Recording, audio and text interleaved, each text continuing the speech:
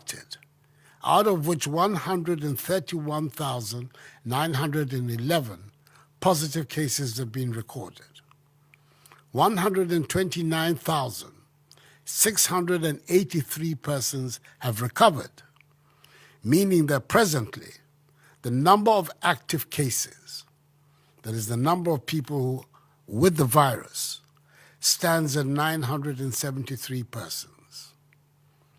Inasmuch as this represents some degree of good news, we have sadly had 1,255 dying from COVID-19. The current data suggests quite a favorable COVID-19 situation prevailing in Ghana. And I say this only to encourage each one of us to continue to be vigilant and adhere to the enhanced hygiene protocols which have served us so well so far. 3 regions, i.e. Ashanti, Greater Accra, and Volta, have the bulk of infections. 7 regions have single-digit infections, and 6 regions, that is AKUFO, Northeast, Uti, Savannah, Upper West, and Western North, at the moment, have 0 active cases. We must do everything possible, at the very least, to maintain this situation, especially as the festive season approaches. Whilst these numbers should normally provide us with some comfort as far as the virus is concerned, I'm a firm believer in the oft-cited adage that it is better to be safe than sorry. We're expecting in this month of Christmas a large number of visitors, overseas Ghanaians and foreigners, into the country, with the Immigration Service doing a yeoman's job by intercepting many foreign nationals trying to enter the country through unapproved routes. The government's concern has been to limit the importation of the virus through the Kotoka International Airport. As things stand, international passengers arriving at Kotoka constitute the highest source of infections in the country, leading us to take drastic measures recently to prevent the importation of the virus from increasing the numbers of infections in the country. The Ghana Health Service tells us that an overwhelming majority, that is 75% of the positive cases recorded at Kotoka, have come from passengers who are not vaccinated. Beginning yesterday, Tuesday, 14th December, government has decided that all visitors coming to Ghana have to be fully vaccinated. Furthermore, all persons seeking to travel outside the country must also be fully vaccinated. Fully vaccinated passengers coming to Ghana must, in addition, be in possession of a negative PCR test of not more than 72 hours, and also take a mandatory COVID test upon arrival at the airport. Children aged 5 to 12 will not pay for the test.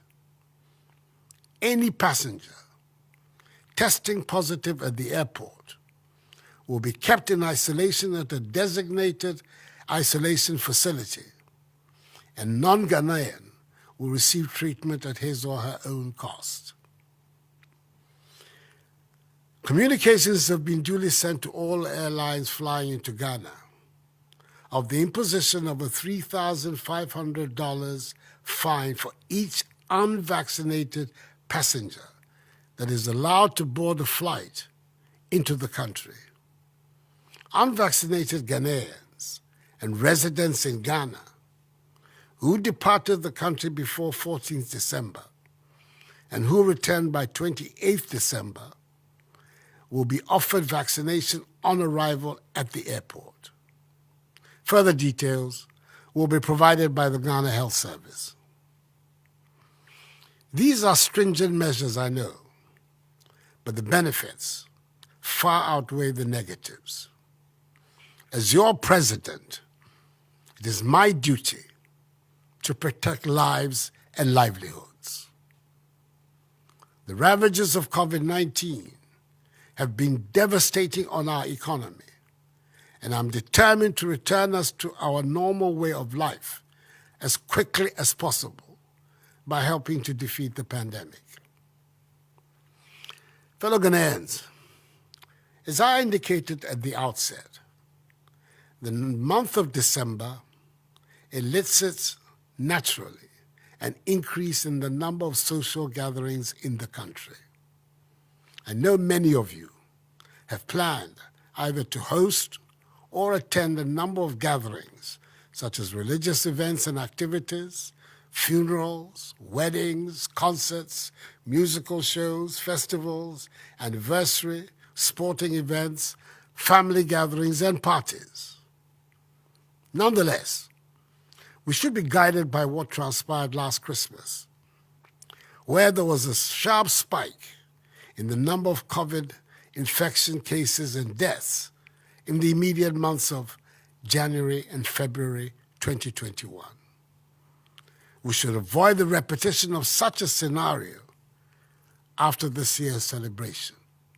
We do so by ensuring that social events are held in open spaces, ensuring that attendees wear masks, ensuring that social distancing is observed, observing enhanced hygiene protocols such as hand washing and the use of sanitizers, and encouraging attendees as much as possible to come vaccinated.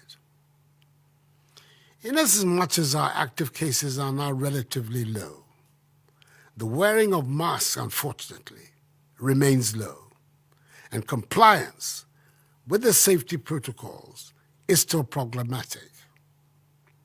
Whilst government does its part to secure the necessary numbers of vaccines to help vaccinate all Ghanaians, we cannot afford to disregard the social distancing, hand washing, mask wearing, and enhanced hygiene protocols that has brought us this far.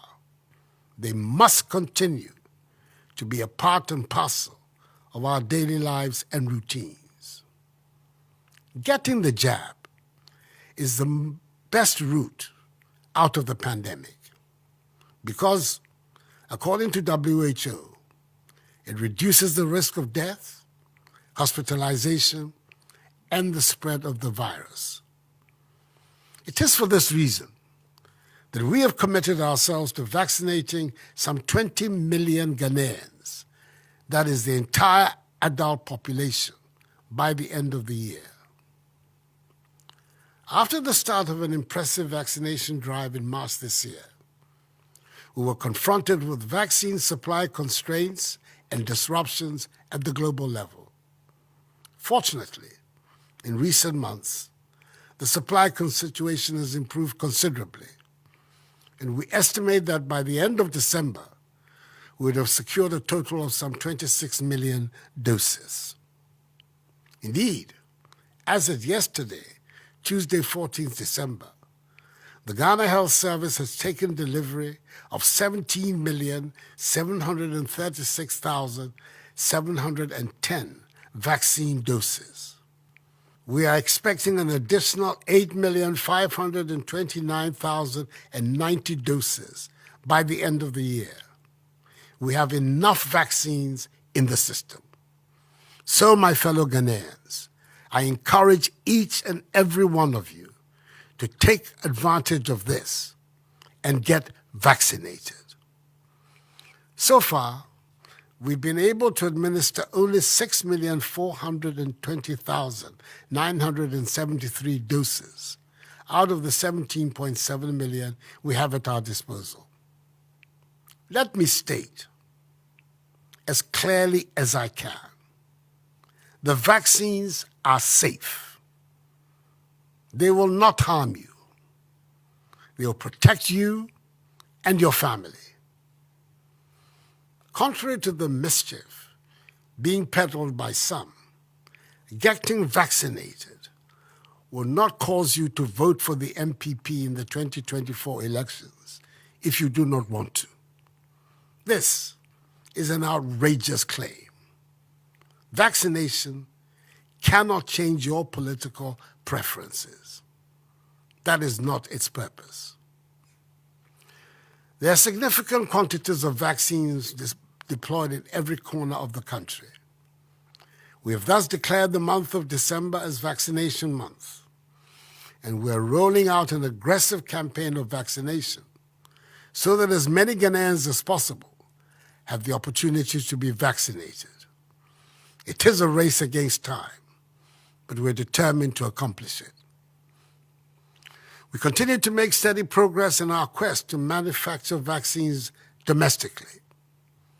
2 days ago, on Monday, I was in Luxembourg, where I held discussions with the President of the European Investment Bank, Werner Hoyer, on Ghana's COVID-19 response plan.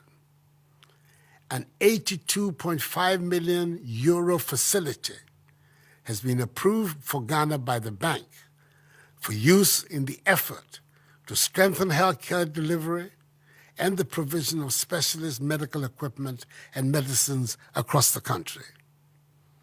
Government has set aside €20 million of this to establish the National Vaccine Institute, which will supervise the domestic production of COVID-19 and other vaccines, led by the private sector and the business community.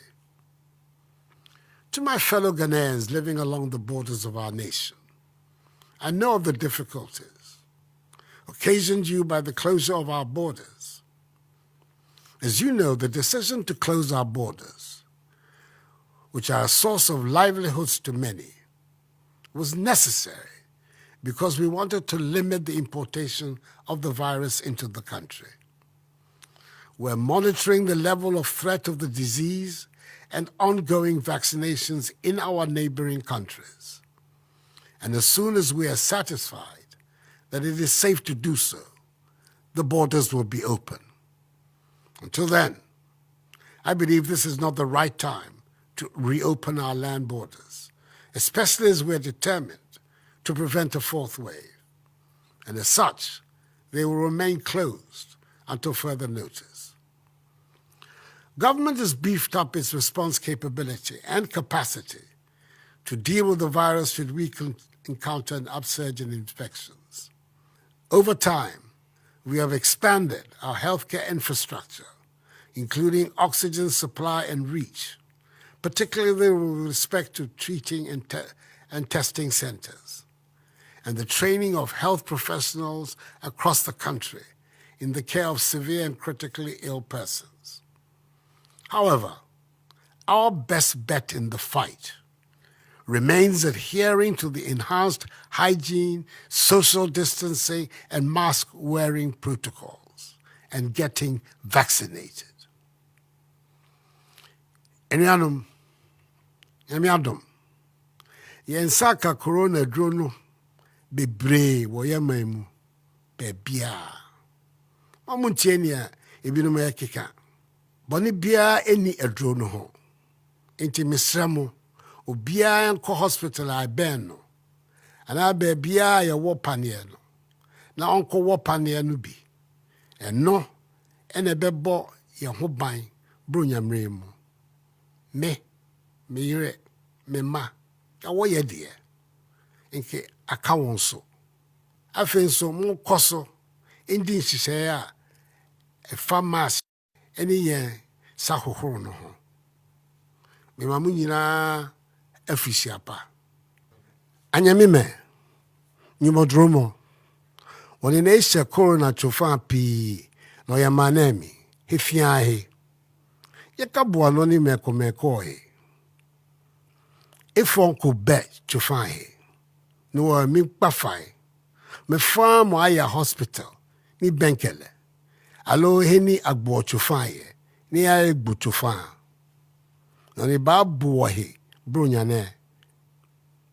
Mi he fatalo.